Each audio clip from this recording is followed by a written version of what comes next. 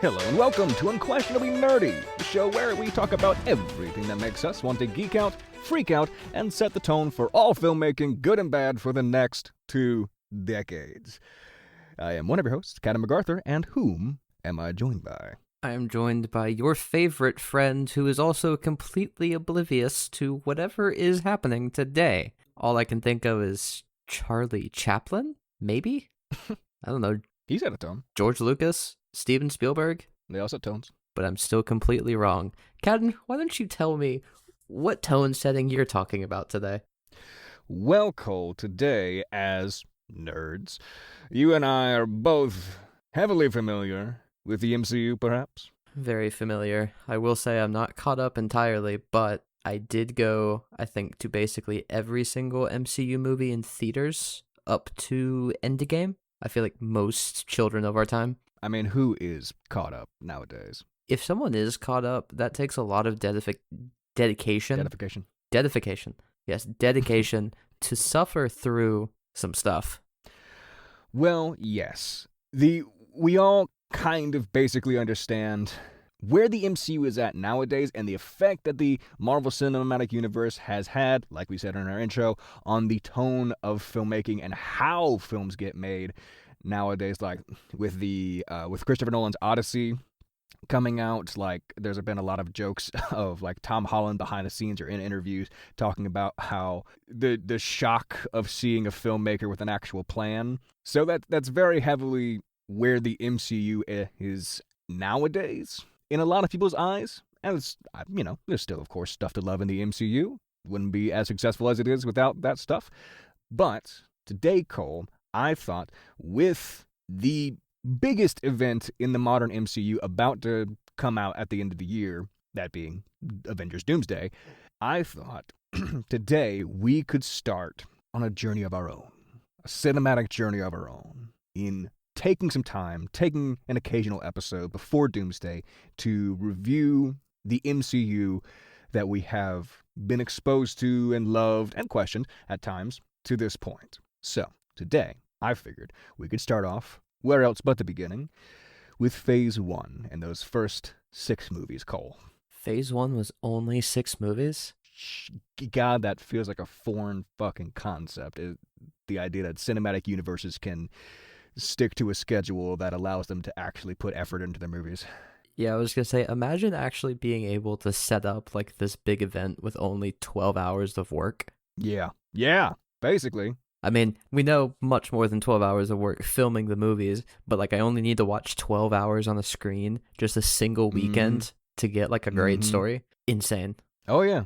It really is a foreign concept because back in the day, we'll talk more about like our reactions to the movies as they were coming out in our youth. We'll talk more about our reactions in that regard. But like looking back, it is so crazy to think back on the early days of the MCU and realize, like, see how impressive it was at the time because nobody had ever done anything like it. Nobody had ever had a franchise like this. And when we finally got to see, like, the Avengers at the end of Phase 1, nobody had any comparable concept to something like this coming out. There's multiple movies leading to this big team up in this way. I say it's true we had never seen one, and that was pretty epic that we got it. Me being the DC fan that I am, though, remember DC did have the idea for a Justice League movie. They did. That George Miller was supposed to direct, that absolutely fell through. Justice League Immortal? It was either Justice League... I think it was Justice League Immortal because the third Tim Burton Batman movie was supposed to be Batman Eternal. Right. Yes, but either way, the idea had shown up at least once before, within like the decade before they started all of this. Just nobody had actually been able to, like you said in the Tom Holland jokes, actually come up with a solid plan. Yes. And to that point, like recognizing the sheer professional nerdism that is Kevin Feige as the head of the MCU for so long, and having produced like a bunch of Marvel movies before this point, a bunch of comic movies before this point, and the fact that Kevin Feige is just a big old nerd, so he was able to see what worked and didn't work in past movies like the Spider-Man trilogy, and I think the X-Men movies he was also involved in. I want to say that the biggest Kevin Feige movies that he was involved with were the Marvel productions before technically the MCU. I want to say he was involved with both Blade and the original Punisher movie, and Daredevil, I believe. Yeah, what was God? I'm not pulling up his Wikipedia, and it's all just Marvel stuff, so that's not going to help me.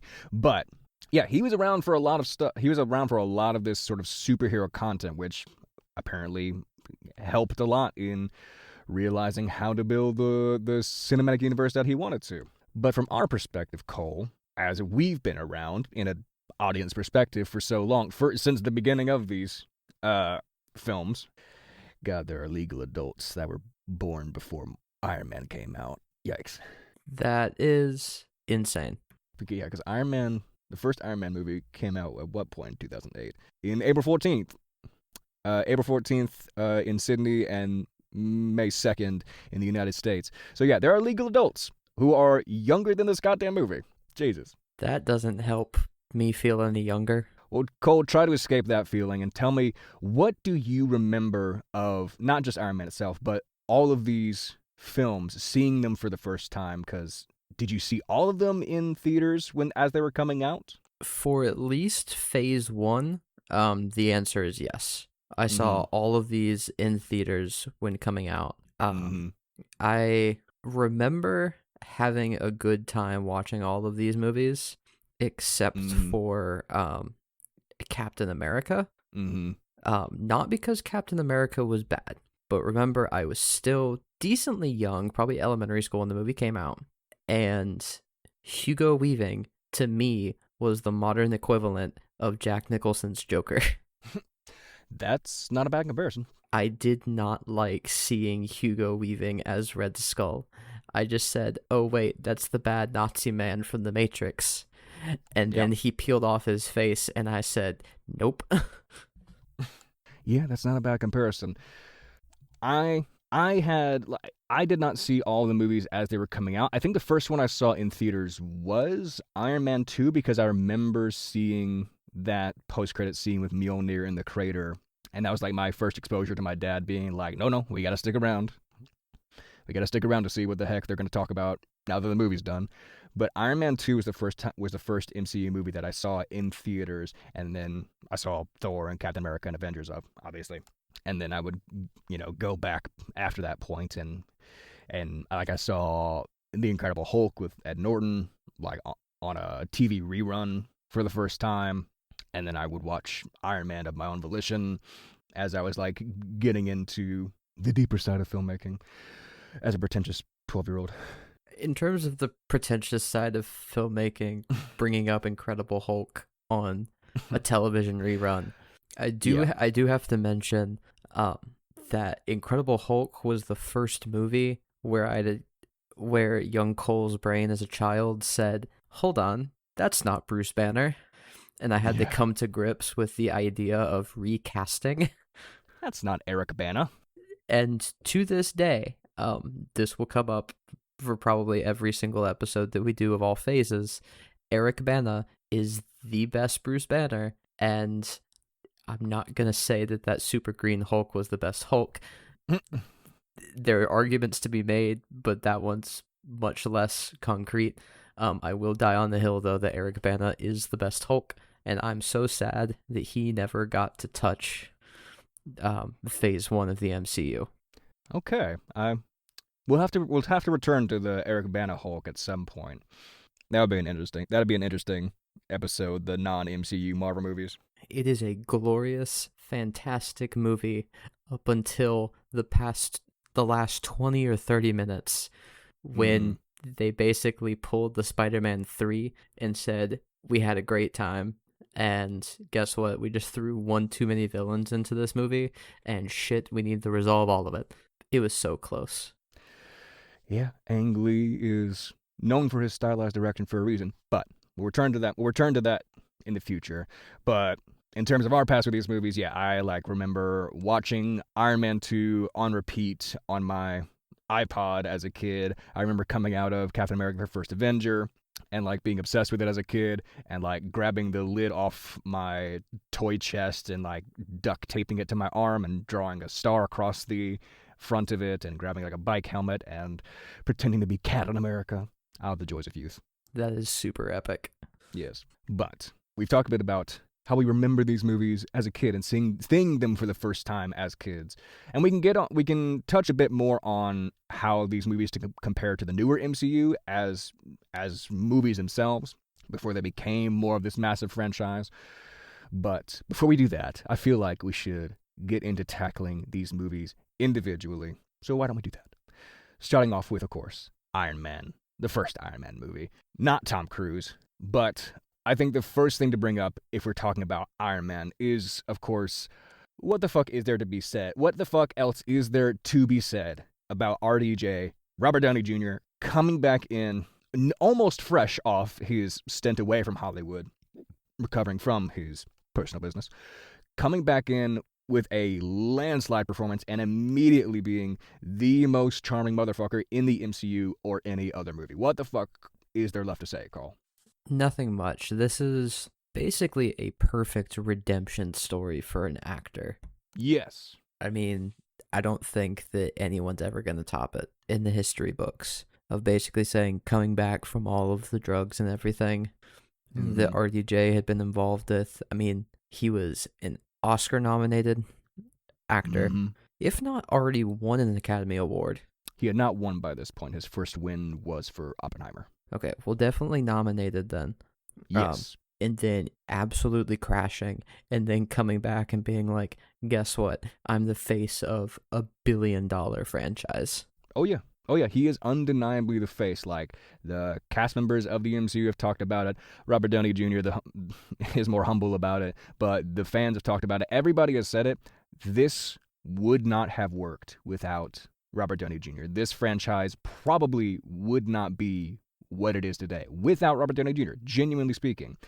And you're right, it is like, it's weirdly enough, ironically enough, nicely enough, it is a redemption, not a redemption story, but a comeback moment for Robert Downey Jr. in a similar way to the character of Tony Stark, changing who he is in the public eye and personally. And it was such a risk, right? It was such a risk for this movie to cast an actor who had gone away and been out of the spotlight for so long. And all of our cautions and questions were immediately put to the side within the first moment in that Humvee, where he's putting all of these soldiers at ease, charming them up, talking them up, being their friends. And then immediately everything goes to shit when, the 10 Rings show up and blow up the Humvee with Stark technology. And by God, the 10 Rings are here. I have a note saying, geez, that'll come back in over a decade in a completely separate way. So I do have to say, one of the cool things about the beginning, and that I remember as just kind of being in awe as a kid, was basically Tony's kind of like Jesus pose with the hands out. Yeah. Kind of thing, just as the missiles just blew the cloud over everybody from the explosions. Like 9-year-old Cole felt like that was fucking epic. And I definitely, I think, felt very at ease in this part of the movie. Like, it did not... The thing with the first Iron Man movie is that it did not feel like a superhero movie starting out. No. Because it had kind of like that playboy mentality. There wasn't an established villain yet. Because, like, think about it like when, like, a Batman movie, a Superman movie, or something like that. There's either you've already learned this person is special, or there's, some sort of villain amok doing things that will eventually come into play later. None of that was very clear. Right. You have the 10 Rings nearly from the start, but after he escapes the cave, it's like they're very much in the background until you realize Obadiah's part in all of it. Yeah, but I mean, even in that, it just kind of seemed almost like a very, like, kind of like realistic war movie. Because it was, rich billionaires selling weapons in the Middle East and just riding around with soldiers. It almost kind of felt like a war movie for a second. And then everything went to shit with the bombs going off. Right. And then I feel like that was the tonal shift of the movie, because then it was 10 Rings time. and it was like, all Right. right, build us weapons. Mm-hmm. And then that kind of takes to the more survival, and you're like, oh, here it is. Here's the supervillain origin, or here's the superhero origin story. Mm-hmm. I will say one thing that I think I was a bit too much of a super fan for, immediately, was that there was a Iron Man movie that had come out 3 years before this one. Marvel had dipped its hand into animation. Right. And there was a Iron Man movie about Iron Man having to find like these stones or these rings connected to the Mandarin, because the Mandarin wanted to like raise like some weird elemental eldritch beings to dominate the world. Because of, weird kung fu magic. But this movie came out in like 2005, and I scratched the shit out of this DVD. The amount of times that I would rewatch that movie. It was a fantastic animated movie, and so I already came in knowing who the 10 Rings were. Because I'm like, oh, this is the Mandarin. We're getting some cool like magic movie like we did with the animated version. We didn't, so I was slightly disappointed. But I think in it being more grounded, we never would have got just the pure survival insanity of Tony Stark putting scraps together and then saying, guess what? It's armor and kind of a machine gun. Right. I always remembered liking the Doctor. Yeah, Jensen. Yeah. Yeah, and to this day, like, I remember him, but I don't remember, like, much every time I go back. But I do remember just how epic the escape was when they finally finished the armor, and he was just throwing people through the cave and just, like, shooting straight out of, like, his armor. The cave sequence was probably the most epic action sequence for me in that movie. Right. Yeah, the whole portion of the movie set in the cave is wild, because you switch over to it, like, you start off with the Humvee, and then you get flashback to before Tony leaves America, and then you eventually get back to the Humvee, and then you're in the cave for a good portion of the movie. And it like starts off completely throwing you off and not knowing what's going on. Like that fucking shot of Tony pulling out the breathing cord out of his nose is the most terrifying thing I had seen within the last several days of rewatching these movies. And that, like, Jensen immediately coming in, and you're not sure who he is, or if he's a friend to Tony, or if he's like some mad scientist like shoving shit up his nose.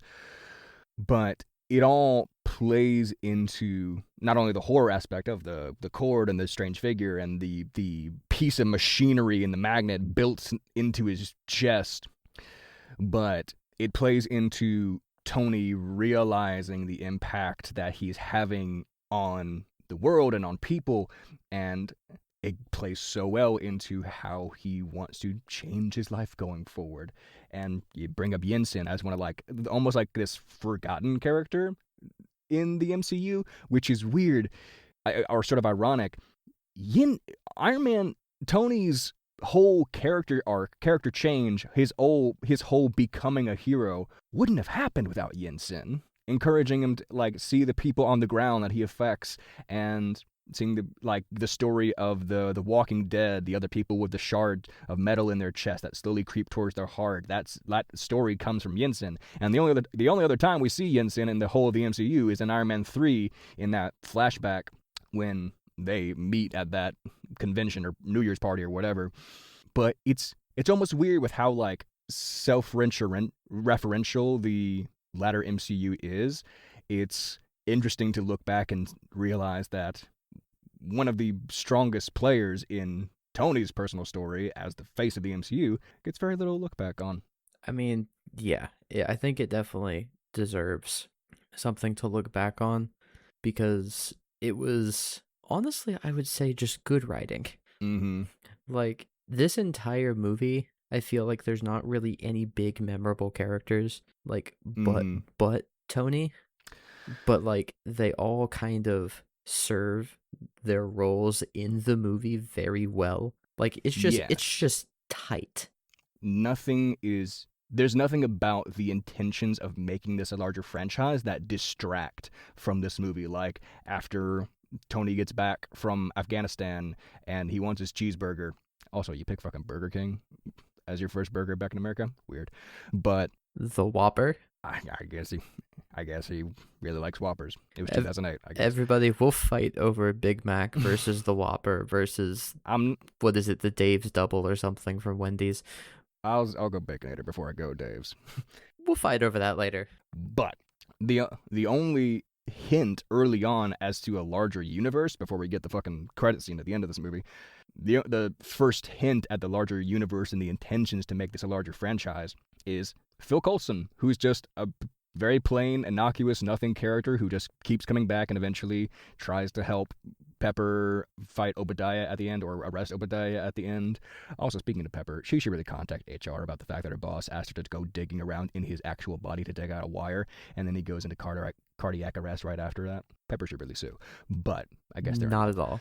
No, they should. She should. Okay, so before we kind of get our ahead of ourselves on this, we all know he escapes. We're done with the cool, like, Middle East part for now, until the first kind of reveal of the suit. First of all, Jeff motherfucking Bridges. Oh my, yeah. How have we not touched on Jeff Bridges so far? I don't care about the character arc of Obadiah Stane. Whatever. He's there. He has his story. He's the villain of this. I don't care about the character being the villain. It's the fact that Jeff Bridges, just with his beard and looking so bald, looked so evil, to just say, guess what? The villain isn't a man with superpowers. He's just that bad guy. Yeah. He is an arms dealer. He's an ironmonger. And, like, talking about Jeff Bridges, yes, he is intimidating when he needs to be. He is friendly and charismatic when he needs to be, which plays in a lot to, like, how this movie came to be, because you look at the behind-the-scenes stuff from the interviews and whatnot from when this movie was getting made, and Jon Favreau and RDJ and Jeff Bridges talk about, like, how they would leave sets during filming to talk about how to do this scene, and they would, like, basically improv out the scene as, like, because there was no like, Jeff Bridges talks about how there was barely any script behind it, and the early MCU kind of gets flack a lot of the time for its weaker villains or very replaceable villains, but it opens so strong with Jeff Bridges as Obadiah Stane. It's great. He's great. Yeah, I mean, I see where the flack can come from weaker villains, because I don't feel like Obadiah Stane is, like, a presence among normal Marvel villains. Like, you think of somebody with superpowers that basically has this almost, like, menacing kind of aura of death around him, I would say. Of, like, oh, this man could, like, raise cities or, like, actually cause damage to things. Instead, he was just one conniving motherfucker. Yep. We see how we get to see that bit of how he's not as in support of Tony at that fireman's ball, that fireman event, whatever, where he first lets on that he's the one who is trying to push Tony out of Stark Industries. That's also where we get to see Stan Lee for the first time as Hugh Hefner. It's also, I like to imagine, one of those valets at the fireman event is Shang-Chi. That would actually be really cool, but that would make him be great. Very young. Yeah. He's 15 at that time. Yeah. And I know you brought up Pepper. So one thing that I never really got from the first movie so much, like, was there always that romantic tension throughout the first movie, or was it kind of a thing of it was never there, but then the end of the movie happens and that kind of precipitates some sort of bonding? I always felt it was there. You always felt like it was there? Yeah, because you have the scene at that fireman event where Tony sees her in the backless dress and he invites her to dance, and then goes out to the balcony with her, and they're about to kiss, and then he gets called away to go do superheroisms. Okay, so yes, I get that. I don't know, just... You didn't think they'd be long-term kind of thing? Yeah, to me it always just kind of felt like we were still kind of rolling with the, Tony is a playboy kind of thing. Like, I didn't really get that the long termness, I think, is the best way to describe it. Like you were saying, I never got that was going to be kind of like a long term thing. I always thought it was going to just kind of be like, the almost like Bond girl of the movie kind of thing. Okay.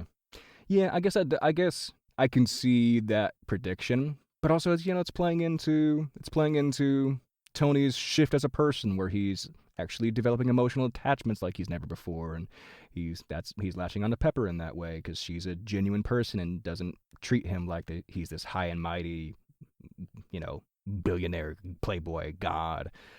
She banters with him and she goes digging in his chest for him when she thinks he's about to die. But they become one of the longest running relationship in the MCU. They do. And let's see. You have anything else, or do you feel like we can kind of move later on into the film? I laughed when Terrence Howard thought he was going to get to wear a suit. Sucks for Terrence Howard. That weird man. The first use the chest cannon when he goes after the fireman's ball and he flies out. The fight between the Mark III and the Ironmonger is great. The weight and the presence of the mechanics. Oh my god, we haven't talked about it. We've spent a lot of time on Iron Man, so I'll try and brush through it. I kind of just wanted to get to the big Middle East fight because I did kind of want to talk about how epic it was to see the suit in action for the first time. Yes, leading into that, the suit up scene when he gets back from the fireman's ball. Before he left, he told Jarvis, nice to hear Paul Bettany's voice and not see him on screen, even though I love Paul Bettany. That felt like a slight against Paul Bettany. Love Paul Bettany, but it's still need to see him as Jarvis and not Vision. Paul Bettany also needs to come back, though, as White Vision. For those who aren't caught up, watch WandaVision. But yes, Paul Bettany has been the, I would say, minor face of all of the MCU, right behind Tony Stark. He's just kind of been in the darkness. Basically. But before Tony goes to the fireman event, he tells Jarvis to start putting together the suit, and then he gets pissed at Obadiah for being the one to get him out of Stark Industries, and he goes up. And this movie so heavily and nicely has what the recent MCU has lost almost completely, that physical presence of the suit and seeing each gear and wire and plate getting locked and screwed into place. It feels so physical. It feels so present in the way it doesn't anymore because it's all CGI and nanotechnology after Infinity War. God, it feels good. Wait, you're saying you actually liked when CGI was used to enhance practical effects and not just, I don't know, do everything? Can you even imagine, Cole? I cannot. That is the craziest thing I think I have ever heard. Wild. So yeah, I was going to say the suit up scene is just epic. Oh my god. Also, everybody with the superhero pose, like everybody knows what the superhero pose now because of how that man landed. Yeah. Like that is just stained in everybody's memory. That is the superhero landing. So I think that was great. I really don't have much more to say about the movie other than I feel like the third act and like the big Ironmonger fight like served its purpose. I don't think that it was the most epic of the fights that were in the movie. Okay. I do like the fact though that this goes to one of the greatest facts about the MCU, which is I believe as of I want to say either Far From Home or Endgame, Pepper Potts had killed 11% of the MCU villains. Oh my god. And I think that the fact that this movie just, in my mind, goes to serve the purpose of having that be a fun fact down the road. In my mind, I'm like, the ending works, yes, but also the most important thing it did was give us this fun fact 20 years later. Well, Pepper's a murderer. Yeah. Yeah, 18 years later, sorry. I say it's not that old yet. Not yet. But yeah, I think that... And she kills him with a blue sky beam because it was 2008. I mean, you had to. Had to. It was legally required. But yeah, so again, I also think that the fact that the first movie in the MCU ended with so much death. Yeah. was a big thing because it's kind of like, oh, this is the MCU. People kind of see it as the kind of like golden child kind of compared to DC in terms of like it can never be as dark. And it just comes out and says, no, we're killing our first villain because why not? Yeah. So yeah, I really liked that. The little glimpse of Coulson that we got, not enough. I mean, Clark Gregg is amazing. Clark Gregg's awesome. And then of course the post-credit scene. You have a post-credit scene. Yeah, not a big thing in other movies before this point. The only thing that we were missing from the post-credit scene, I think, was probably the single worst travesty of the movie. Was that Nick Fury did not say something along the lines of, I want to talk about the Avengers Initiative, motherfucker. They really decided to hamper the man with that.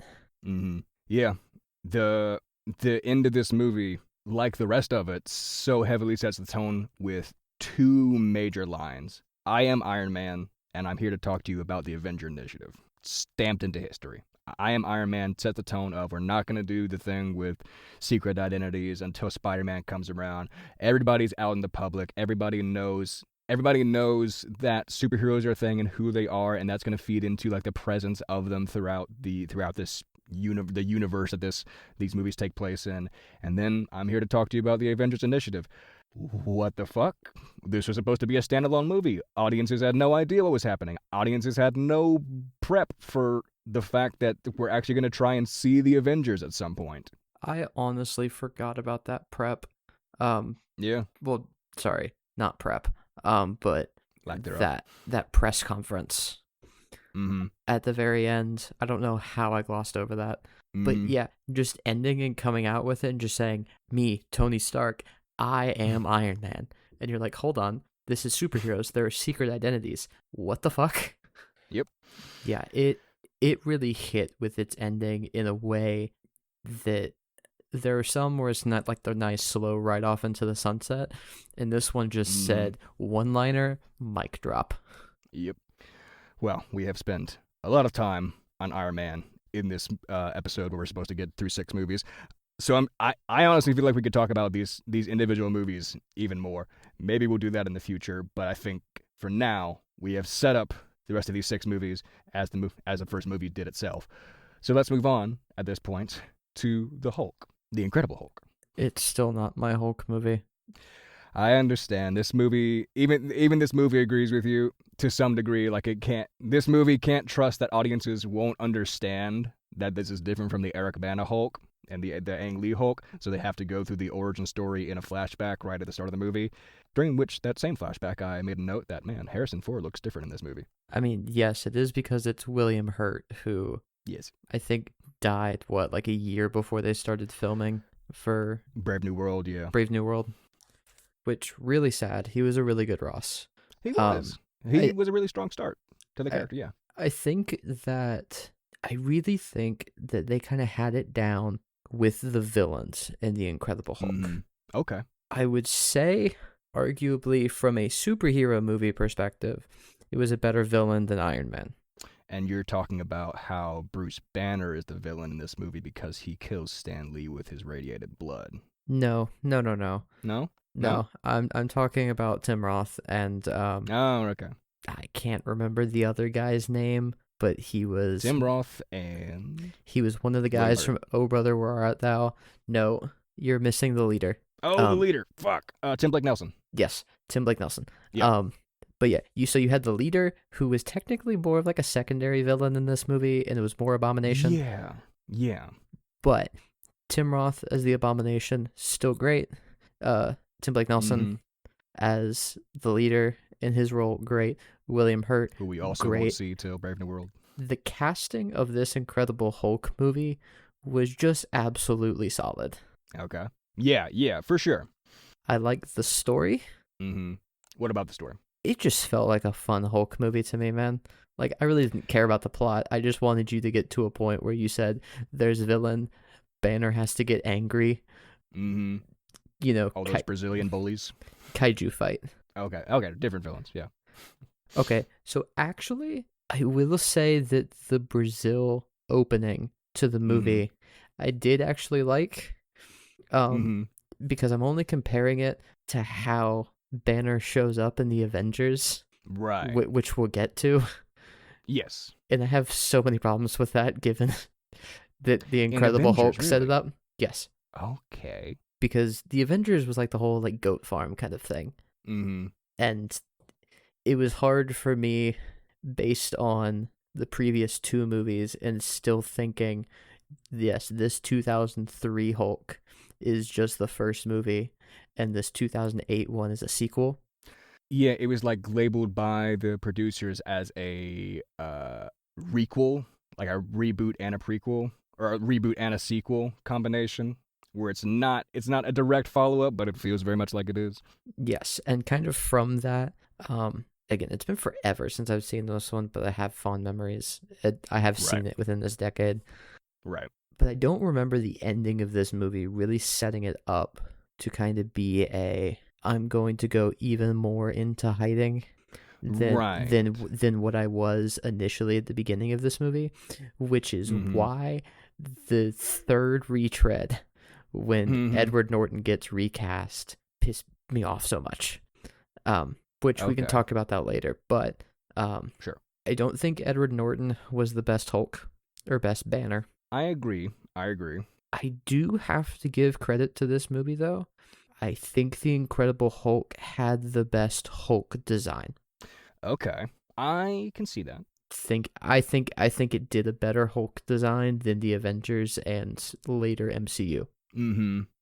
Yeah, and he has like such a cool introduction, kind of in a similar way to how we first see Banner Hulk out in the Avengers, but obviously this movie did it first, where it's very much like a horror movie.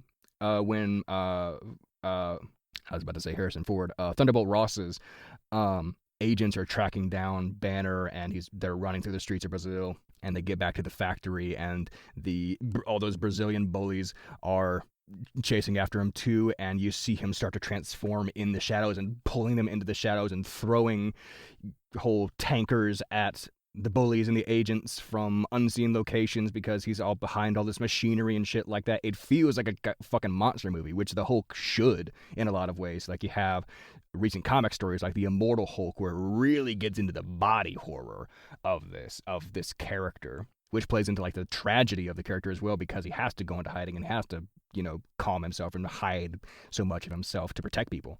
There was a sense of dread, I guess, in the movie where, and I think this is something that still holds high in my heart, is that the Hulk in the Incredible Hulk seemed a lot more careless compared to any other MCU rendition. In the fact of, the rage.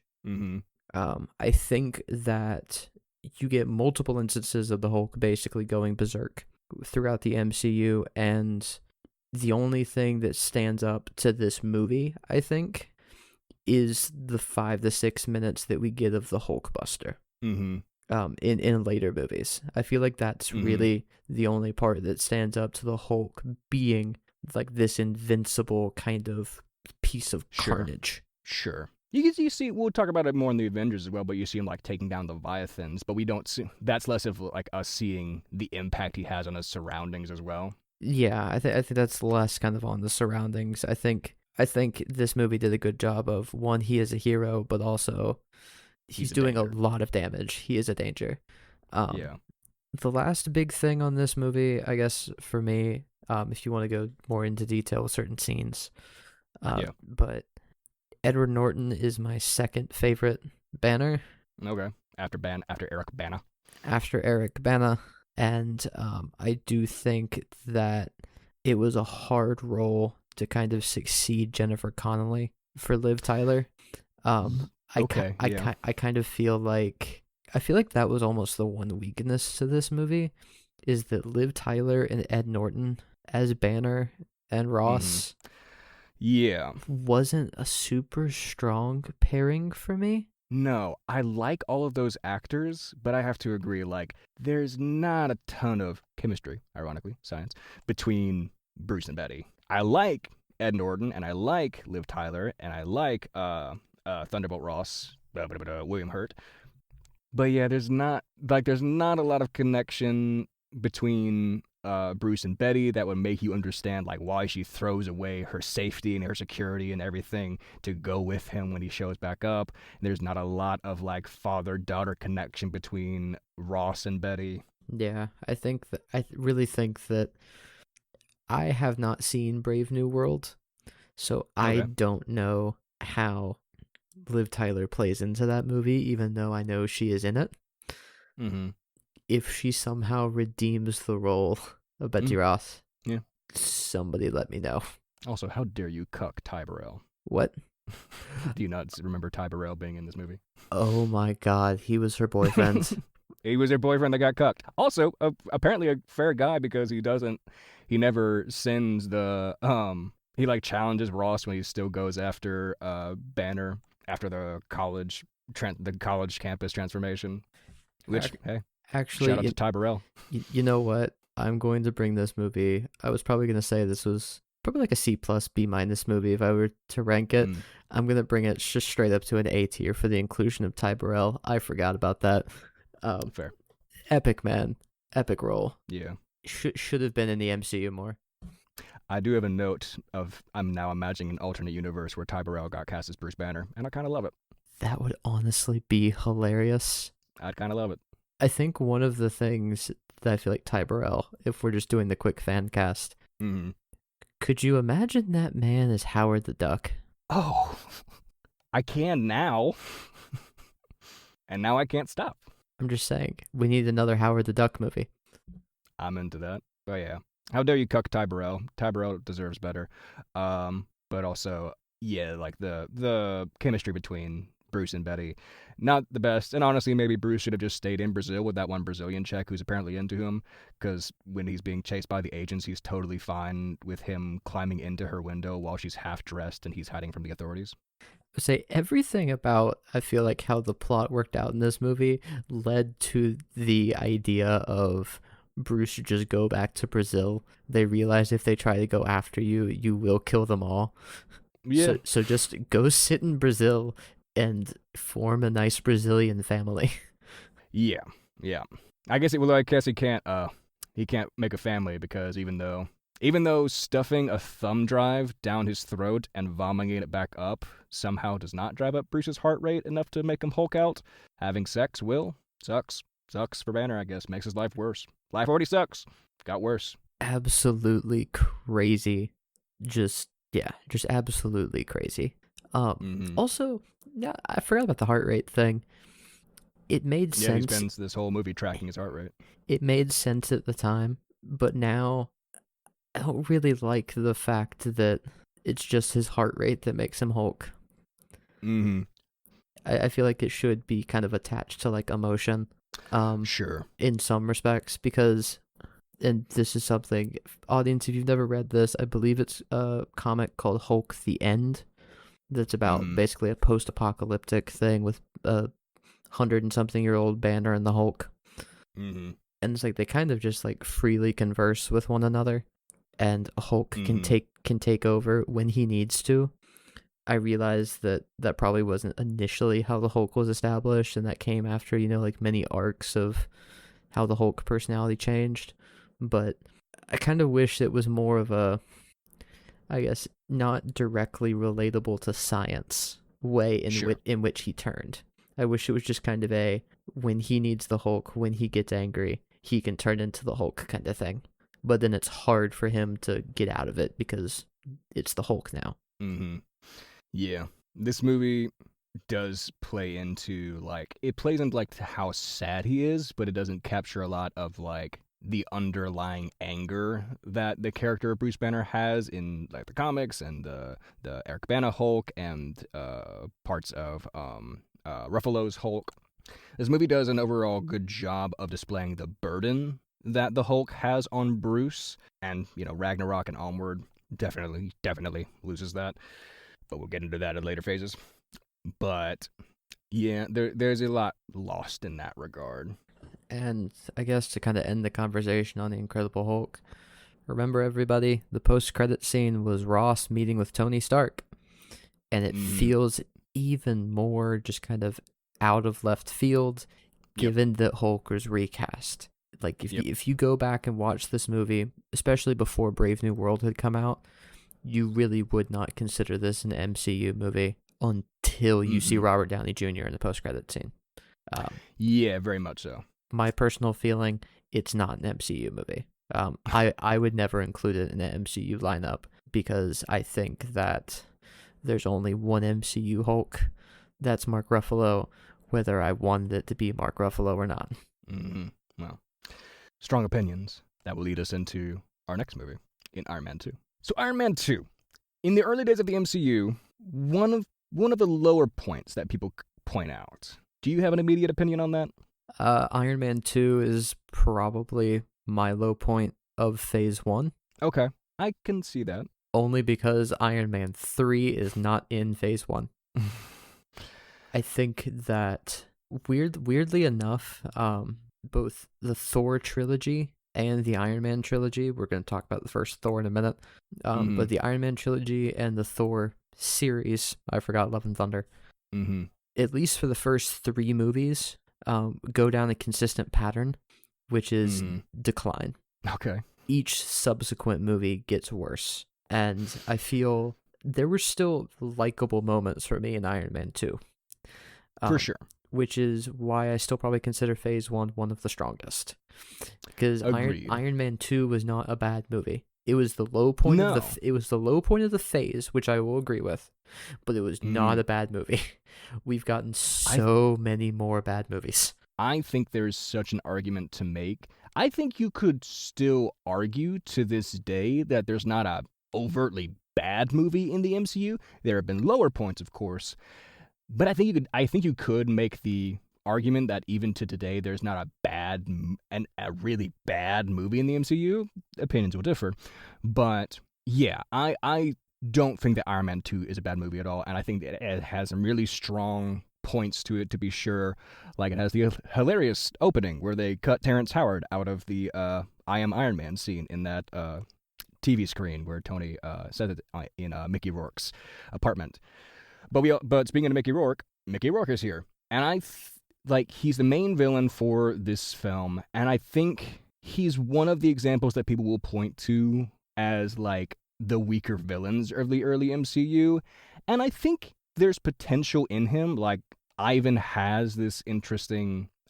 has this interesting introduction where he has this motivating loss in his father like Tony had in Yinsen, and he built his own mini arc reactor in similar conditions to what Tony built his in, and we see his super villain origin story starting in the same low point that Tony had his superhero origin story in, and then for the point of comparison between Ivan and Tony, we immediately then cut to Tony on the top of the world in comparison to Ivan, with Tony at the Stark Expo, where I know Peter Parker is somewhere out there. Yeah, I know I've heard that theory that the kid that we see later is Peter Parker. I feel like someone... by Feige. Yeah, I know he confirmed it. So, and this is going to be a very hot take. I'm not saying that the actors were better, but I do think that the villains of Iron Man 2 were better villains. Okay. Between what? Between what movies? Between Ironmonger, Obadiah Stane, and Whiplash and Justin Hammer. I feel like Whiplash and Justin Hammer were better. Okay. Well, now I'm not saying thank that, God for Sam Rockwell. Yes, so part of that is Sam Rockwell really took Justin Hammer beyond what Justin Hammer could be.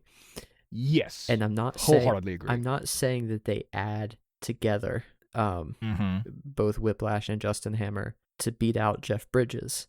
You really cannot beat Jeff Bridges. But that is only because he was Jeff Bridges.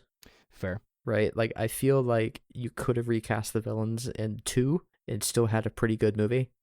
And if you had a different Obadiah Stane in the first movie, things could have fallen apart. I can definitely agree with that. So I think that's more what I'm saying is, like, from the actual, like, character storyboarding, the second movie had better villains. Yeah, I can definitely agree with that. The charisma and the Execution. skill of the execution of Jeff Bridges in Iron Man 1, like we said, is like those three in Downey, Bridges, and Favreau working together to figure out how these scenes were going to work and these interactions were going to work and who these characters are. Yeah, bringing in the Downiness and the Bridgesness into that first movie is what made those characters, to be sure. And Rockwell kind of does the same, though I'm sure they had more of a character built out going into the movie. But Sam Rockwell is so much more eye-grabbing throughout the movie. He is a joy to watch, between that court hearing scene and the scene at the end where he's introducing the hammer drones, and the scene where he's selling all the weaponry to Rhodey after Rhodey has stolen the suit. Yeah, Rockwell is fucking awesome.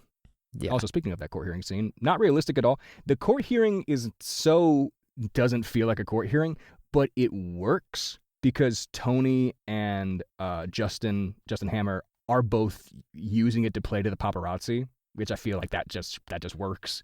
Yeah, I think the court scene worked fine. I do have to say though, one of the things that sticks in my mind for this movie when I think hell yeah, is Whiplash's introduction at the Monaco Grand Prix when he just goes fucking ham on the car. Yeah, that's a cool scene. It's a cool scene throughout. Great. Yeah. Mickey Rourke as Whiplash. There's more to be desired in the character. Like this movie introduces and starts off with a theme of legacy and what comes before and after us. Though it doesn't, there's a lot missing in that character and how that character could have played into that theme of legacy, because Tony is coming off the legacy of his father and trying to make good on it, and Ivan is doing the same. Mickey Rourke as a physical presence is great, but there's not a lot to the character. There's not a lot to making a character itself memorable, or the writing around the character memorable. Like, the movie gets so confused over what the fuck Ivan is trying to accomplish. He wants to smear Tony's name and make it so people don't believe in him anymore. But there's the confusion between those concepts of legacy and the language that they decide to use of making God bleed and sharks in the water and shit like that. Yeah, it was. There was something to be desired in Whiplash, but I still don't think that he's the worst we've seen. No. And we also get from Whiplash that Monaco race scene, which also gives the fucking briefcase suit, which is amazing. I love it. Yeah. Let's see. Next thing that I kind of remember, which I think is an underlooked part of this movie, but to me was one of the best subplots that we've gotten in a Marvel movie. The replacement of the core. Do you remember how integral to the plot of this movie it was of I'm slowly poisoning myself? Yeah. That was actually a really good subplot. Criminally undernoticed. It feels like they're trying to touch on throughout that subplot a lot. It feels like they're trying to pull inspiration from the Demon in a Bottle storyline as he's slowly destroying himself, and it's affecting his responsibility as Iron Man, which then of course leads into Rhodey needing to take over, but this time in a more forceful way compared to the comics. I truthfully am not very familiar with the Demon in the Bottle. I thought that was the whole Tony Stark as an alcoholic arc, which definitely still kind of plays out in this movie of he's a bit too reckless. I don't honestly know if the introduction of Nick Fury and Natasha Romanoff to this movie, it was cool because it set up the larger universe. I don't really know if it was exactly needed or if there was a massive benefit to them being in the movie. Yeah. Because they did just kind of have Coulson in the movie for part of it, and then he says, oops, gotta go. Gotta go to Nevada. You could have just had... New Mexico. You could have just had more Clark Gregg. You could have just said Agent Phil Coulson, here to save the day. In a sexy leather outfit? Okay, look, the sexy leather outfit... Non-negotiable. If Clark Gregg has to stay in this movie, he has to wear a sexy leather bodysuit. I'm pretty sure that's the reason that most people are okay with the whole Nick Fury and Black Widow part. Other than giving us Yes. the scene of Tony Stark sitting on a donut. That Yeah. felt I do so note that super. out of place to me in that movie, but also so epic. Mm-hmm. Yeah. It is the first case of the singular movie that should be more standalone getting distracted by the necessities of building a larger cinematic universe. I do think so. I honestly think that, as we'll see in a minute with Thor introducing Hawkeye, they could Yeah. have had a Black Widow movie sooner. For sure. They could have had like an Agents of S.H.I.E.L.D. movie, where it was, say, Clint and Natasha doing whatever weird mission they talked about in Avengers, which was the same mission that they did the 2020 Black Widow movie off of, or was that a different mission? They're talking about Budapest during Avengers, which Budapest is like a mission that we never see on camera, but they also like bring up in Avengers like Dracov's daughter, which we do hear about and see in the Black Widow movie after Endgame.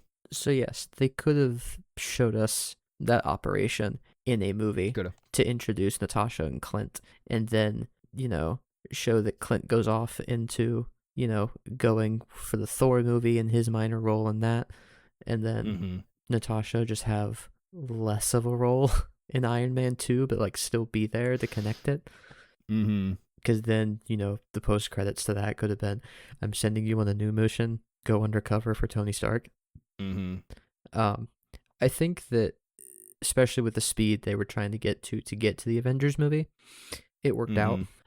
Maybe the movie could have had slightly less Avengers building. Yeah, and we'll see. We'll talk more of it.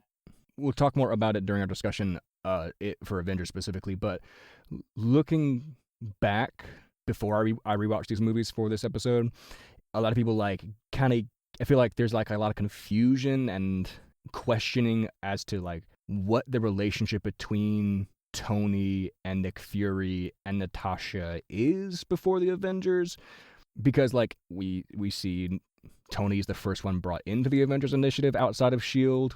at the end of Iron Man 1, and then he's like actively recruiting for them during the post-credit scene of Incredible Hulk, and then they're like going at it and bickering between the two of them during Iron Man 2, and they kind of leave it in a weird place of like, we want Iron Man, but we don't trust you kind of thing.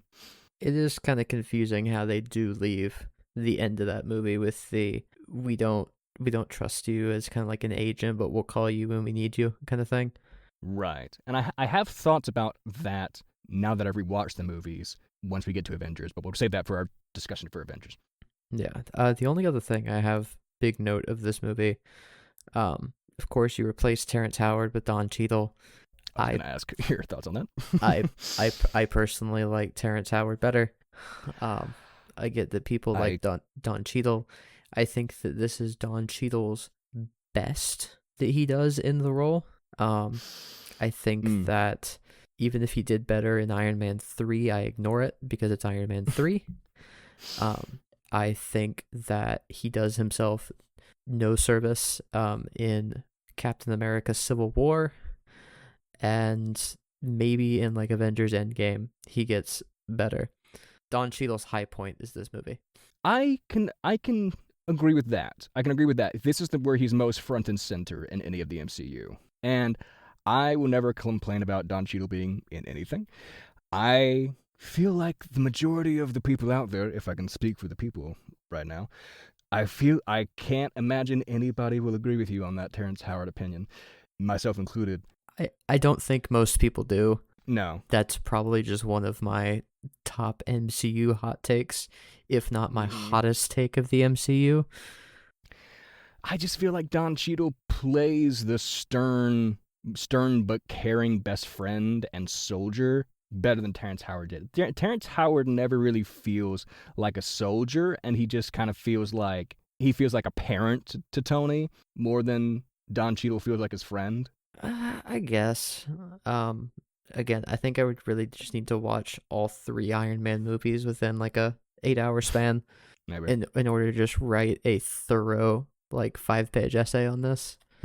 And I believe he could. But I think just as a character, without really judging their interactions with others, I think Terrence Howard was the better roadie. I think that's something I have to look into more, is who had the better relationship with Tony if we're talking about a best friend. Maybe. But this movie with Rhodey also gives us the Tony v. Rhodey fight during Tony's birthday party, which I think continues to be one of my favorite one-on-one combat scenes in all of the MCU. And I'm surprised in all of the callbacks that the latter MCU makes, I'm kind of surprised that they never bring back the repulsor v. repulsor beam explosion in any sort of combat. I feel like that'd be a really strong callback to make and a cool battle tactic to use. I don't know. I think it's only a one-time thing. Maybe. I feel like it was there just kind of more for the surprise fun factor. Yeah, well, Don Cheadle obviously plays a big part in it, and we get to see the two of them come back together after their fight, when Tony starts to fix himself and realize how far he's fallen and the foundation he can build on now that he's starting to fix his vision of his father and his past after Fury gives him all the records of Howard Stark. And that leads us into the final scene after Tony has built that new chest piece and he's ready to fight Ivan again now that he knows he's alive. And we get to see a very excellent realization of the War Machine design. And that leads into the final scene between Rhodey and Tony versus Ivan and Hammer getting arrested and the wrapping up of Tony and Fury having their discussions about where Tony stands in the Avenger Initiative. And quick hello to the map of randomly placed locations of interest behind Tony and Fury during that conversation. You'll be in a lot of conspiracy theory thumbnails for the next few years. Very true. I think my last thoughts on this movie, Justin Hammer deserves to come back. I don't know if Sam Rockwell is going to be in Armor Wars, but if that ever gets made. If Armor Wars ever gets made, they should definitely bring back Justin Hammer. And also, given that we now have James Rhodes back in the MCU, if you never realized that he was gone, oh boy, you have some catching up to do. I won't spoil that. Oh yeah, that. Yeah, good luck catching up, and Armor Wars is your opportunity to actually give us a good Rhodey story. Good. But, hey Cole, remember when Mjolnir was a big reveal? Hell yeah. Love that hammer. Yeah. Meow meow! Kenneth Branagh should have directed an entire trilogy of Thor movies. I'm not opposed to that idea. Thor movie was epic. Tom Hiddleston was great. Seeing Thor in a, coffee diner before he absolutely gets beat the fuck by some weird, shredded executioner T-1000. Yeah. Thor's great. I love the first Thor movie. Yeah. Casting was great. Kenneth Branagh I think I agree with you. Kenneth Branagh is a great director. He brings that Shakespearean vibe that he is known so well for. And also I think he handles the action. Yes. I think he handles the action really well, too. Yeah, the action in this movie was just really good. Because I don't feel like the action was of an epic scale, but it still felt epic. Yes. The action was very contained, but still, heart racing. You can see the sets around them and kind of tell that they're sets, but they feel so otherworldly and sort of, a lot of the times in that sort of Jack Kirby-esque science fantasy vibe. Yeah, I think Asgard was great. Yep. I think this one was just another example of just a stellar cast across everybody in Asgard and everybody on Earth on the ground. Oh yeah, these Shakespearean actors bring a weight to the MCU that not a lot of performances have in the MCU, especially nowadays. Yeah, I think one of the things that I did like the most about this movie, because it brought in a similar stance to the first Iron Man movie, is there was definitely a chunk of this movie where Thor wasn't doing jack shit. No, but he had that winged helmet, and I kind of wish he kept it around.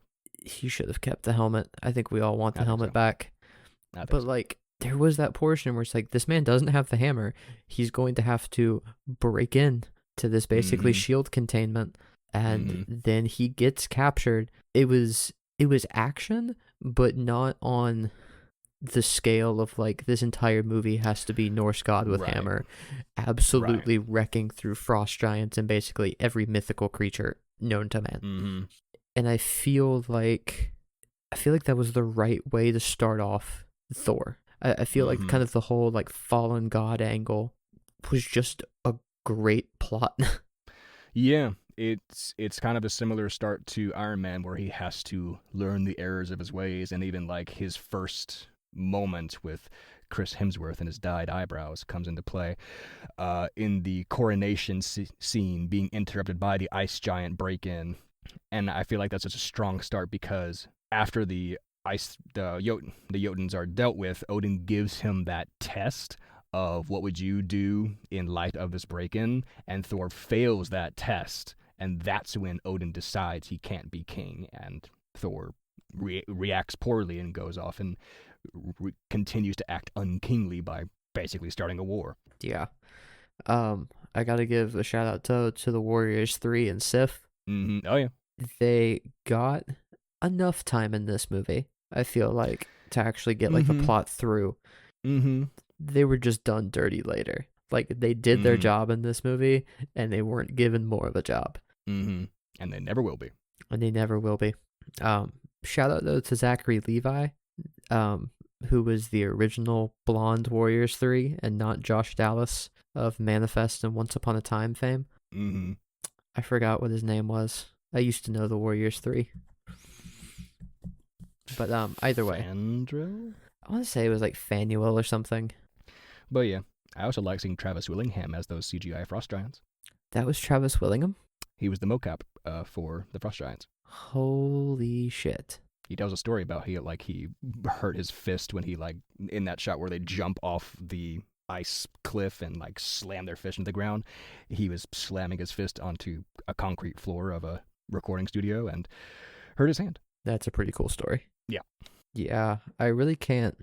I mean, like, the plot isn't that complicated in this movie. It's Loki betrays him, frost giants go in, loses the throne, learn how to become a better man, meets the humans, they make him better, and then by them making him better, he's finally able to pick up the hammer and defeat the one like executioner that's sent to kill him. The destroyer armor. Yes, which honestly, the destroyer armor, probably the coolest like sturdy villain that Thor's had to get in a fight with. It's a really cool combat villain. Yeah, combat antagonist. Yeah.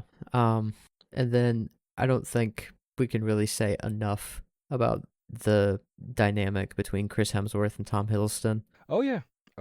This Thor and Loki, it's just great.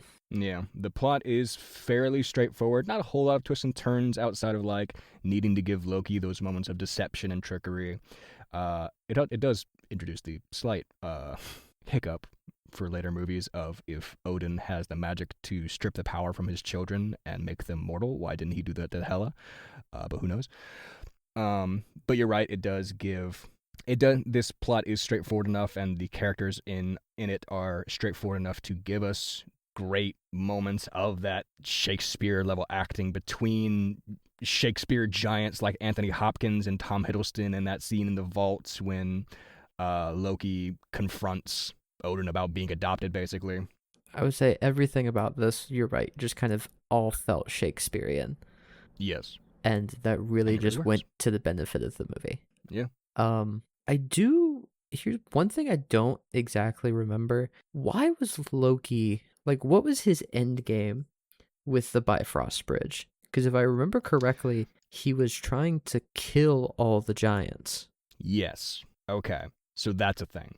Early on in the movie, when Thor and the Warriors 3 and Loki and Sif go to Jotunheim to basically get revenge on the Frost Giants for the break-in on Asgard during the coronation, Heimdall, shout out to Idris Elba, Heimdall says, I can't leave the Bifrost open because it's basically a big cannon blasting a space laser at Jotunheim, and if you leave the Bifrost open, it will destroy Jotunheim. So that's what Loki is doing at the end when Odin is in the Odin sleep and he's taken over as king. He opens the Bifrost to leave it open and destroy Jotunheim, which, if the Bifrost is a big space cannon, they're just never gonna use that again? Ever? I mean, a big space cannon doesn't seem to leave that big of an impact on any place they're going if it's only for like a minute. Right, it's used for transport. It's gonna keep on getting used a lot. Yeah. However, point to be made, is Loki in this movie like the first villain that actually has a point for the crimes he wants to commit? Because I mean, like, most people would say, especially in like, if you're like a Norse mythology kind of person, frost giant's bad. Well, the point Odin is making to Thor and Loki is that is the horrors of war, not opening your people up to war and not inflicting war unnecessarily on even your enemies. Like, because apparently, if they wanted to, they could just open the Bifrost and leave it open on Jotunheim and it would destroy the fucking planet. But I don't really see Loki as having a point immediately. He's just angry. He just wants to prove that he is a good king by destroying any enemies of Asgard, which is the whole point that Thor is meant to learn, is that being a good king and a good warrior aren't the same thing. Okay, true. They aren't the same thing. But, I mean, come on. Loki does have a point, though, of destroy your enemies, everybody's safer. No, not the enemies. The point of war is to make peace with your enemies. Well, that's not the point of war. The point of a peace treaty is to make peace with your enemies. You only make peace with your enemies, not your friends. Sure. I don't know. I feel like I'm gonna start a new thing of hashtag Loki was right. Like hashtag Thanos was right. This is why no one should trust you with a space cannon. Nobody trusts me with a space cannon. Unless it's a space cannon that shoots out space confetti. And if anybody can tell me what space confetti actually is, please. Because I feel like it's like stellar remnants or something. Or like, like dust from a nebula. You make this sound like you've been offered a space confetti cannon. I have not. Okay. Yet. Well, I don't know anything about space confetti cannons, but I do know that a wet Chris Hemsworth having a slapdown in the mud feels like somebody's wet dream. Just had to fit that in there. Pretty sure that was every straight woman's wet dream before Magic Mike came out. True. Did this come out before Magic Mike? I don't even know. I do think it did. All right. So, any other thoughts on this movie before we move on to, oh God, what's next? Captain America? Captain America's next. But yeah, this movie also begins the magic and science are the same thing that will continue to debatably Doctor Strange. That's a fact. That's another setup that this movie does early on in the MCU. We mentioned how the Destroyer armor is super badass. Also, holding down the fight between Thor and Loki at the end. Holding Loki down by putting the hammer on his chest is still funny. Thor really didn't have to do him dirty like that. That was the decision, and it was a fantastic decision. Yeah. And we'll get into this specific point later on when we discuss our thoughts on Ragnarok. But yeah, that whole line at the end between Odin and Thor of, you'll be a wise king someday. Psych! You're never going to be king! He technically is king at the end of Ragnarok, going into Infinity War. Not effectively. He doesn't rule shit. No, effectively he rules his spaceship, but another time. For 5 minutes.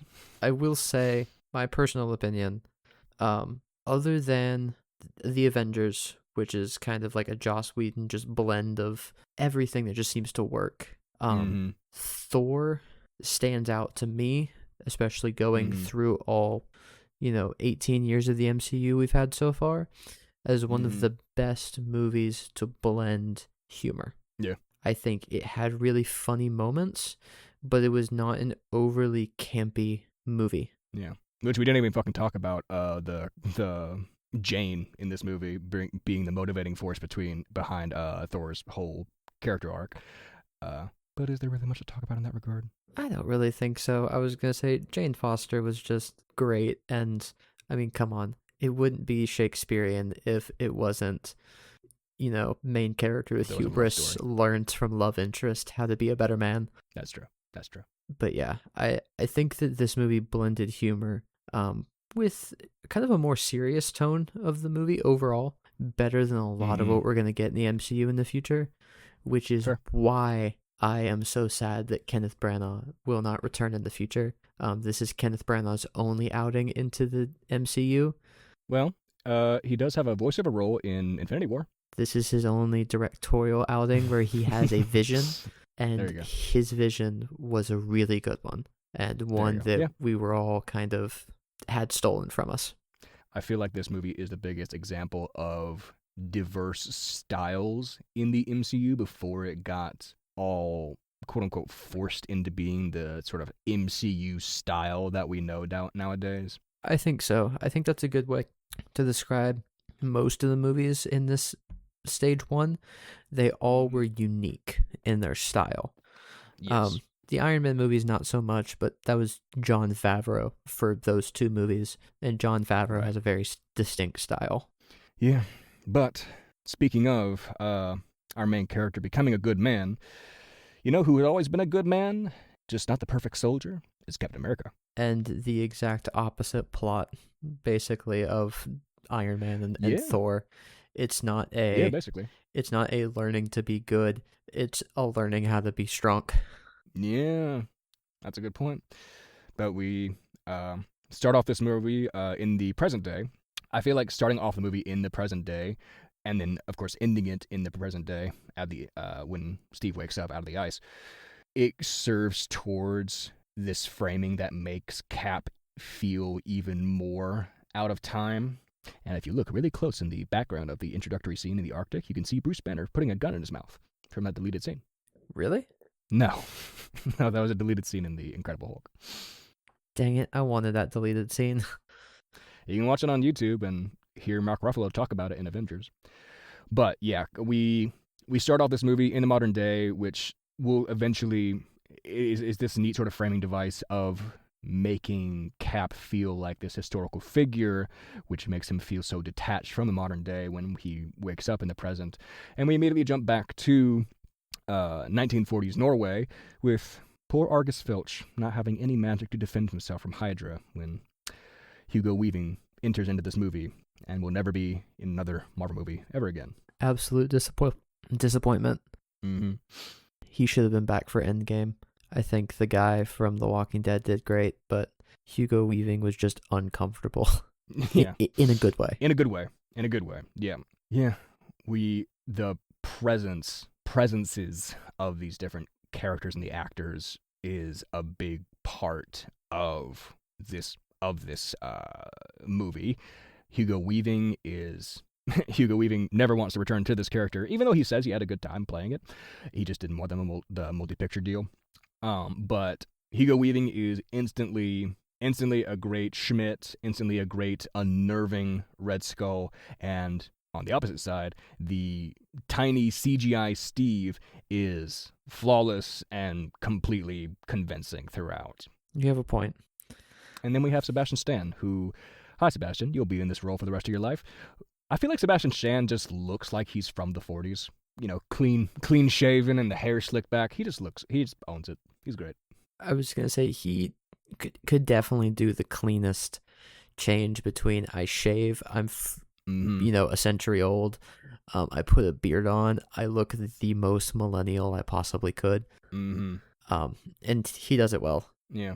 I'm also convinced that this is a trip that Clara Oswald took with the Doctor before she went off on her own. Seeing Jenna Coleman at... The girl who played Clara in this? Jenna Coleman is one of Bucky and Steve's dates. I should say Bucky's dates to the Stark Expo.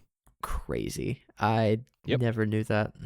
I'm convinced that this is a little go off on your own adventure that the Doctor left Clara on during Peter Capaldi's time.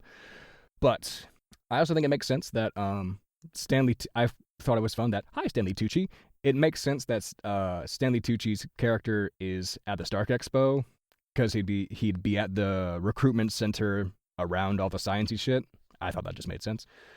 But again, going into how these characters fit into the scenes they're in and the era they're in, I feel like this movie does really well at separating Steve Rogers from the overt sort of "we want you" patriotism of the 40s and shifts his intentions from serving his country, which is a more like America-centric idea, to his intention to fight bullies as more of a universal trait that audiences around the world can relate more heavily to.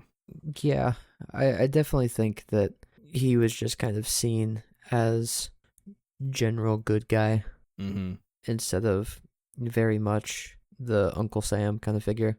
I do think that it honestly probably worked to the movie's benefit. Yeah, and it's also cool that the Doctor Who creates the super soldier serum is an immigrant and a war refugee, which adds to that idea of greatness coming from anywhere, just like Steve.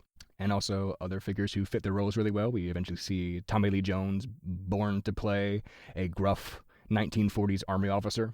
Wait, Tommy Lee Jones, I thought was one of the sign. Oh, he was the general. Yep. It was great seeing Tommy Lee Jones. I mean, Two-Face exists. I ignore that. we can ignore that. This movie redeemed him in superhero movies, no matter how small the role. Certainly. And honestly, I feel like the strength of this movie was in the first 30 minutes as like the origin story of Steve.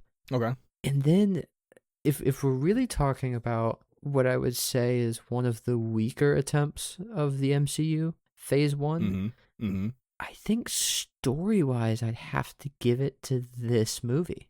Just because I feel like it's a very, I would say almost like a very like boilerplate kind of origin story. It's just, this is Captain America. This is how it happened. This is how he defeated the Nazis. Well, basically the Nazis.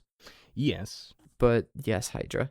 Although I will say, I like how this movie makes its villain in Red Skull and Hydra more kind of potable from an audience perspective by separating him from the Nazis, because the Hydra starts out as the research division of the Nazi party, but they rebel from Hitler, and there's even the point of Schmidt saying how he thinks Hitler's an idiot and no longer conforms to his Aryan ideals. Yeah, I definitely think that kind of helped make it more family palatable. Sure.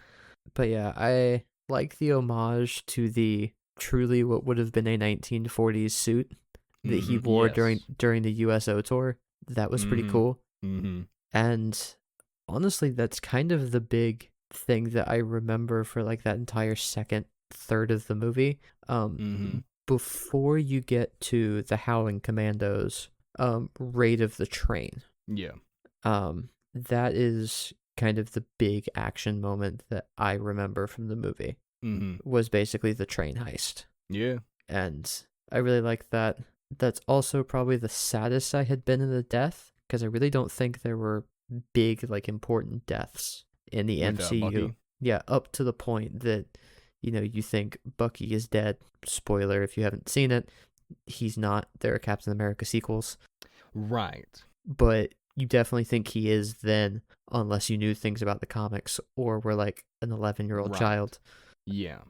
Yeah, Buggy's fall during the train, the attack on the train, even though, like, we as comic nerds knew what was going to come of Bucky later on, but outside of that, outside of the meta-knowledge, outside of the film, because they don't really, like, give you any hint that he survived, Bucky's fall is a real moment of loss in the movie, and not like a lot of other times in the rest of the MCU, we're allowed to feel that loss in the moment and in the aftermath when, you know, Steve goes to the bar afterwards in the bombed out London, and it has to be comforted by Agent Carter, Peggy, which we need to touch on Agent Carter. But even when Bucky comes back in future movies, the loss and the consequences of Bucky's fall is still felt, and after all he's gone through after being captured by Hydra, and how hard he has to work to get through that PTSD and that mind control and the physical loss of his arm, it led to some epic stuff, but it definitely seemed just very impossible Right. for this not to be something bad. Yes. Yeah. And I feel like that was kind of the first like emotional kind of gravitas of, oh no, bad things happen in these superhero movies. I feel like they start doing it a lot more in the later movies, but it's funny how the one war movie made that takes place 60 years before all of the other ones is the only one to kind of have like that critical death moment. Yeah. But we're glad that happened, because you're right. If we hadn't have had that, then we wouldn't have gotten the cool metallic arm. Yes, for sure. But like, again, touching on Steve's connections, Peggy is like, other than Bucky as the more present figure tying him back to his past, Peggy throughout the rest of the MCU will be that heaviest tie to the life that Steve lost. And I feel like Peggy's a great character throughout. Haley Atwell is great throughout. And it's nice, like in this movie specifically, like we get to see the truth in Steve's character, not only in Steve's performance and Chris Evans' performance, because we get to see how other people see him and react to him even before he gets his muscles, in how like Peggy develops feelings for Steve before he becomes a super soldier. She grows to love him for his character, not because he's a badass, and not even because of his big chest, though I'm sure that helps. Yeah, I was going to say she kind of always had something for him, even as scrawny Steve, just because he was literally the light of America kind of thing. He's like, I believe in the human race and all the great things that we can do, and that's just Captain America. I don't remember if they ever kissed in this movie. I feel like it was something that should have happened. Between Peggy and Steve? Yeah. Yeah, they kiss before, they kiss at that climax scene when Steve and Peggy and the general are chasing down the Valkyrie plane that's going off to bomb America, and Steve's about to jump onto the plane, and Peggy grabs him and kisses him. And then Tommy Lee Jones is like, I'm not kissing you. Right before everything goes bad for Steve. Right, everything, yeah. Yeah. Well, he got the girl, even if only for like 5 minutes of runtime. He did. He also got, for a split second, Natalie Dormer, and that's a win. Excuse me while I drool over Natalie Dormer. Where was Natalie Dormer in this movie? Was she his date? She was the blonde army soldier that, like, thanks Steve for saving all of those soldiers after he comes back from... It's after he strikes out from the soldier camp, goes to save Bucky and the commandos and the other soldiers behind enemy lines, and comes back, and Natalie Dormer is like, a lot of those men had wives that would like to thank you and let me thank you for them, kind of thing, and kisses Steve, and then Peggy gets mad and shoots at him. I forgot how hilarious yeah that scene was. However, I do have to say, I remember Captain America was not a virgin, it's official, came from She-Hulk. Oh, okay. Yes, that quote came from She-Hulk, and this was something that was a huge kind of part of this episode, was arguing over this. Okay.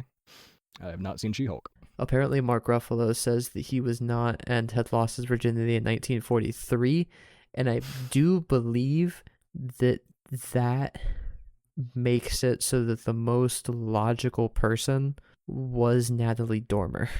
Well, they only share one kiss before Peggy gets mad at him, and then he's immediately back on the Peggy train. And it's not like it's not like he and Natalie Dormer have a relationship. It's just like, you don't know Natalie that. Dormer wants to. I guess not. Anything could happen behind the scenes, like something that happened behind the scenes, like Steve getting that picture of Peggy for his compass. I don't know where he got that. They're not an item. There's a lot of Steve and Peggy things that you just gotta gloss over. It's Steve and Peggy. Kinda. It's fair.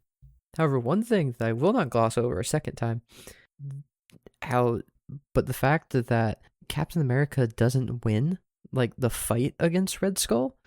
I was going to say, Red Skull basically just says, I'm going to kill you with the Tesseract, and then we say, oops, guess what? It's a space thing, not a power thing, and then he just gets sucked off into space. Bye, have a great time on Vormir. Don't know where he went, except for once we get to Endgame. It takes us another 15 or so movies. Well, we see him in Infinity War first when Thanos and Green Lady Gamora get there. It still takes us so long. Still takes us a minute. Yeah. But yeah, we finally figure out where he went after all of those years, and he basically just became a Grim Reaper. Which I guess maybe the origin, the truth of the Tesseract being the Space Stone makes sense, because that Valkyrie airship gets across the Atlantic in fucking no time. So it's the marvels of German engineering. Exactly. But yeah, I was gonna say, the thing that stuck out to me most, I think, was I don't think there was a post-credits scene to Captain America, except for maybe just like a tease of like the Avengers movie. It was a trailer for the Avengers, yeah. Yeah, so it wasn't anything additional. But the ending, I always kind of felt like stuck out as the, oh shit, things are getting serious, when he wakes up and then escapes into Times Square, and he's like, you're not in Kansas anymore, kind of thing. Right. I feel like that was just kind of a great ending setup to the Avengers. Thinking back, I probably couldn't have asked for like a better ending to the movie. Yeah, they really couldn't. All of S.H.I.E.L.D. really couldn't find a baseball game that aired after he went into the ice. Not at all. They didn't try that hard. And you know Coulson wasn't the one helping him there. Coulson would have known everything. No, he was too busy standing over his bed. Well, I think it's time for us to move on to the last movie, which is... I think it is time to wrap up. Joss Whedon time. Oh, boy. Yeah, there's a... The Avengers, great movie. Yes. Shawarma is the running gag of that entire movie. Well deserved. Shawarma's great. Never had shawarma. Honestly, Mediterranean food is just kind of great. You should have shawarma. I should. But I think the movie was just kind of packed with plot for a lot of it. It starts out with basically the heist of the Tesseract by Loki. Right.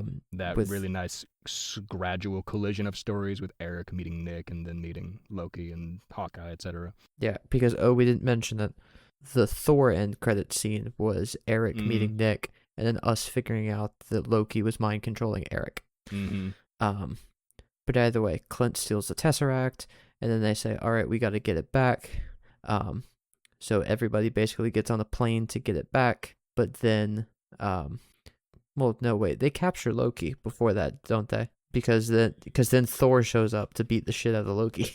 They capture Loki in Germany after he has gotten away with a mind-controlled Eric and Clint and other S.H.I.E.L.D. agents. Yeah, so they capture him. We get the Avengers can't just meet up, so they have to fight each other first. Right. And then we get the first view, I think, of the helicarrier in this movie. We do. Which, epic. Helicarrier is amazing. The one collectible they never released as, I think, a promotional thing for this movie was the Captain America trading cards. Right. I will pay somebody lots of money to get those Captain America trading cards that Coulson had. Yeah, I bet somebody on Etsy makes them. That would be awesome. You're gonna have me searching like all weekend. And I think this movie was definitely the most comedic out of Phase 1. Would you agree? I would agree, for sure. I still think it worked. And then, of course, you kind of had the introduction of new Banner, Mark Ruffalo, my least favorite Banner. I can't help but disagree with you. That first sequence with Ruffalo Banner and getting lured in by Natasha, and he's testing the waters by pretending to be angry, and she has to react and break down the deception of, oh, we're all alone, but there are S.H.I.E.L.D. agents all around us. I think it's so good. Nah. I think that the worst mistake that was ever made was... This goes so far ahead into Endgame, which is kind of the whole Clint and Natasha battle and sacrifice. I think that was a terrible decision to make, because I think it was obvious from the first Avengers movie that the romantic endgame of the Avengers was Bruce and Natasha, and they never finished that out for us. So you are the rare individual who latched on to that romance early on. Yes, I feel like that relationship was probably the most positive thing that Natasha could ever find in her life. And so, yes, I latched onto it.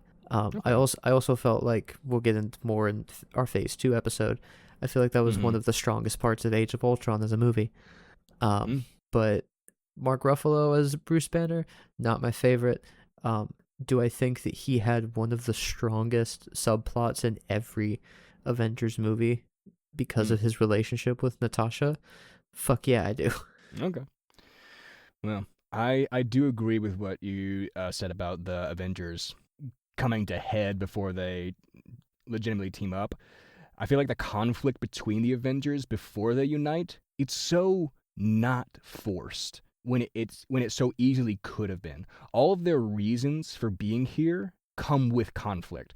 Tony doesn't trust S.H.I.E.L.D. after Iron Man 2. Thor is here for Loki, and S.H.I.E.L.D. needs to hold on to Loki. Steve is just trying to distract himself from mourning his past. Bruce doesn't want to Hulk out around anybody and knows that nobody trusts him on this ship. Natasha is being forced to fight her best friend. Nobody wants to be in this scenario, and the motivation behind everybody here is so strong, and I feel like that's an important part of why Coulson is an important part in this movie, and who the death of this larger side character could have been so looked over, but the fact that Coulson has been an active part in Iron Man and Iron Man 2 and Thor, and he's an active part in bringing everybody together when he's calling on Natasha, when he's talking to Clint, when he's talking to Captain America and fanboying to Cap. It really plays well into the Avengers seeing the consequences of, like with the first Iron Man movie, seeing the consequences becoming personal with somebody they know, somebody they trust, somebody who's fighting this fight for a good reason, and goes down because they're butting heads and they can't agree. And they have that scene right before Clint and the mind-washed S.H.I.E.L.D. agents attack, of all of them in the laboratory, butting heads, and Cap telling Tony to put on the armor. It all feels believable that nobody wants to be here, nobody likes each other. Everybody either has a past or immediately has a reason not to trust each other, and then they see where that mistrust leads them. Yeah, I definitely agree with the point that Coulson was kind of a binding factor. Yeah. And that this entire movie was not a, hey, team, we need you to go fight something. It's, hey, don't kill each other first, but also, trauma bond. Now, since you're trauma bonded, can you go fight something for us? Right. Can you go save the world, please? And get over your bullshit. Mm-hmm. Which was just a strong way to make the movie work. Mm-hmm. I do wish that Loki had been killed in this movie because of how much that man pissed me off for Coulson. Okay. I do think that I love what has happened with Loki more in the MCU, but my immediate thought in this movie was, this man killed the best S.H.I.E.L.D. agent that exists. I need him absolutely killed. He also has that weird eye drill scanning machine scene that gives me the heebie-jeebies. I don't remember the eye drill. In Germany, when he's like got to get that retinal scan for brainwashed Hawkeye to get into the S.H.I.E.L.D. facility to grab those pieces. Yeah. He has to drill that guy's eye in Germany. Yeah, I remember that. That's not fun. Nope. But yeah, Tom Hiddleston was pure evil in this movie, more than he was in Thor. Yeah. They made him just objectively worse in the best way. Mm-hmm. The aliens, fun. Lots of destruction, great action, gave us what we wanted in Avengers movie. The Chitauri gave us just a huge fight, and that was all we really wanted, was the Avengers kill as many aliens as possible, going through New York, which was just fantastic. I do always probably compare it to the Ultimate Avengers movie. Yeah, agreed. And it's really hard to choose which one is better. And I think that is a benefit to this live action Avengers movie, is that at the time, as they were building up the MCU, while not as frequent as the DC Universe's animated fare, for sure. Marvel had some pretty solid animated movies. Yeah.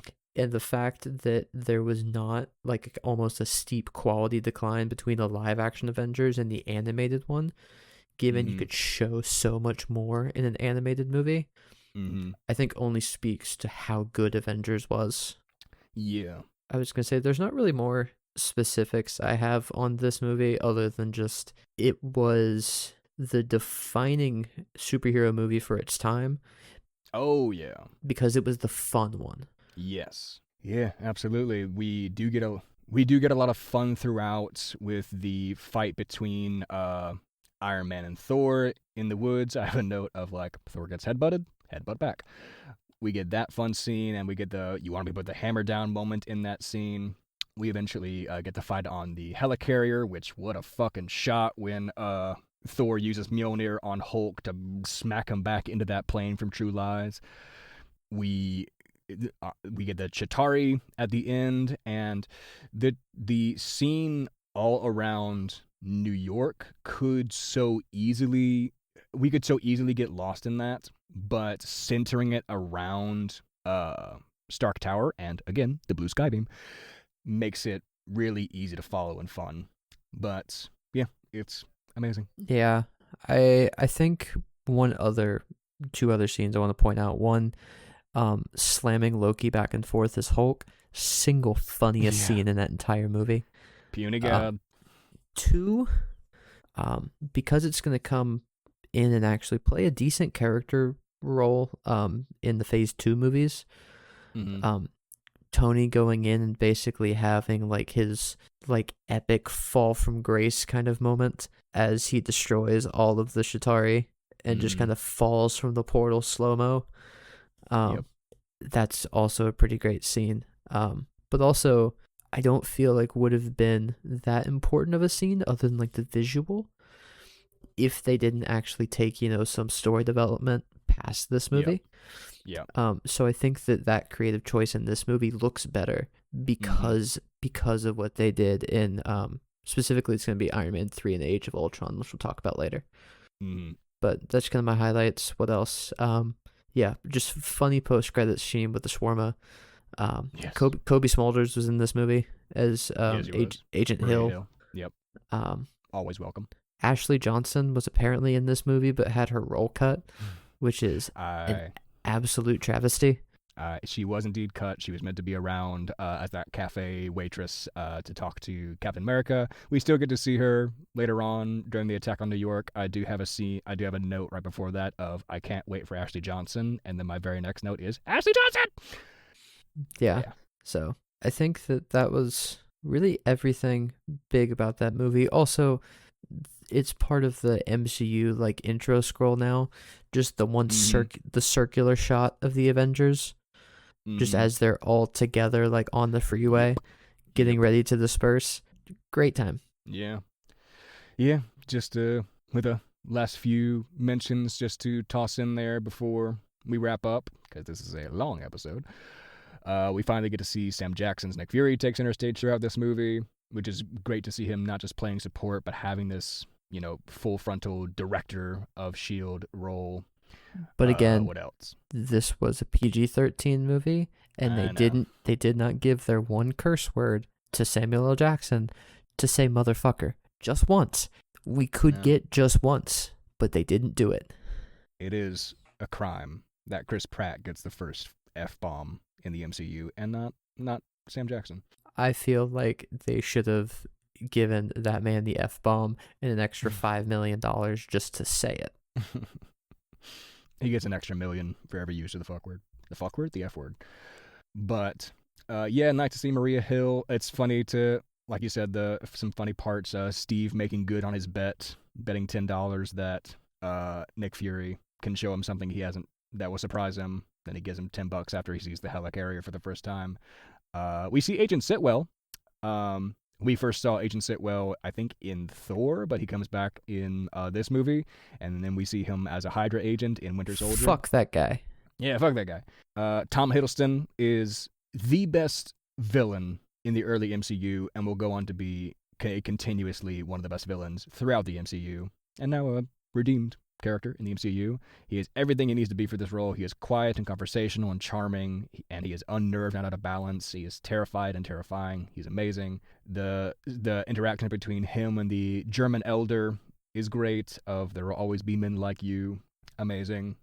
I love that scene. I love that read of RDJ's of everything special about you came out of a bottle. That being said, I love most of RDJ's reads.